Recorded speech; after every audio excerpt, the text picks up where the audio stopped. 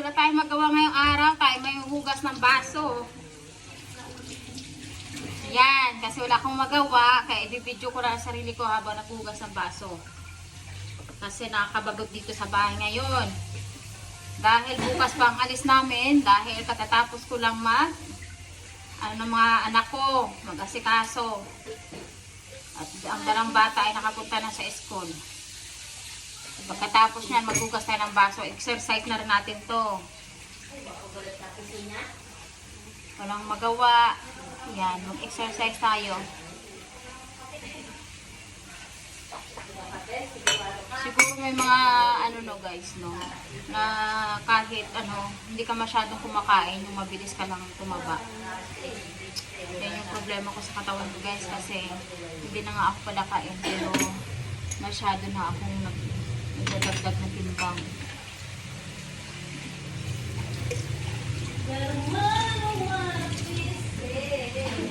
Ito talaga yung guys, ang gusto kong part sa bahay, naghugas ng mga baso lang. Ayaw ko maghugas ng mga kutsara kasi nakakatamad. Ang baso kasi mas madali. Tsaka mas gusto ko ako naghugas ng baso para hindi malansa. Yan. Ngayon guys, bukas pupunta kami ng Tayabas kasi isa-surprise ko ang aking mahal na asawa dahil birthday niya sa April 8. So hindi niya alam na pupunta kami ng Tayabas.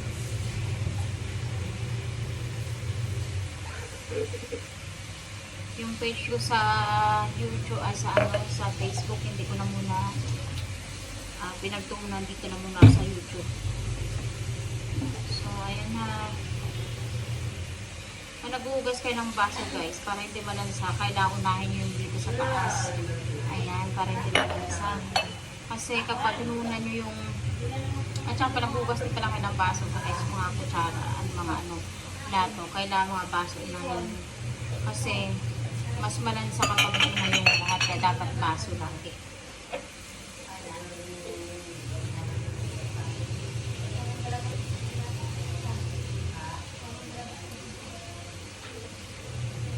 Ginagawa ko ngayon guys, habang hindi pa busy sa job construction.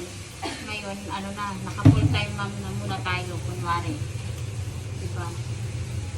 So, ayan, maghugas-hugas ng mga baso-baso.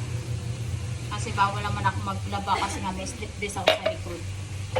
Kaya ito na lang ang mas magaan para sa akin. Mas mag-asikaso ng mga bata araw-araw kapag may pasok.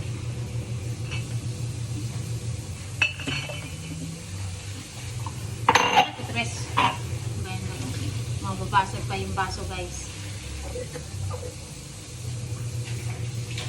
Yan, malapit na ako guys matapos.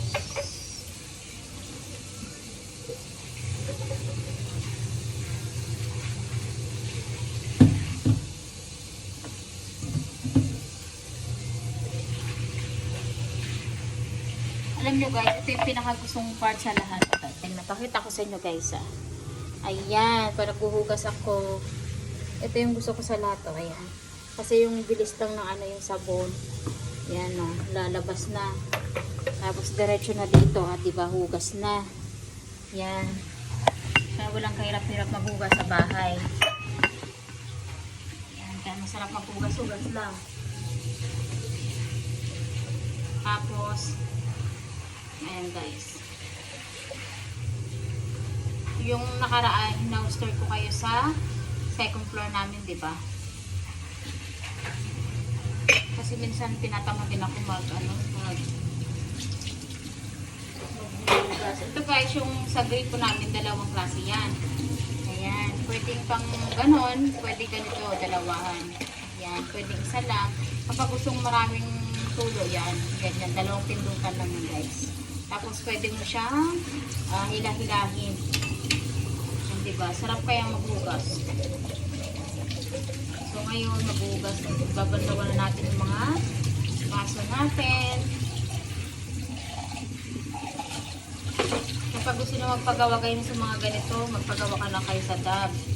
Kasi ang DAB ay maganda mag-design at maayos. Yan ang maganda sa dog construction. O diba guys, ang sarap ang hugas-hugas. Parang lakas kaya maghugas ang braso. So, ayun na muna guys. Saglit lang, may gagawin pa akong iba. Mamaya na tayo mag-usap ulit. Mag-subscribe na kayo sa akin.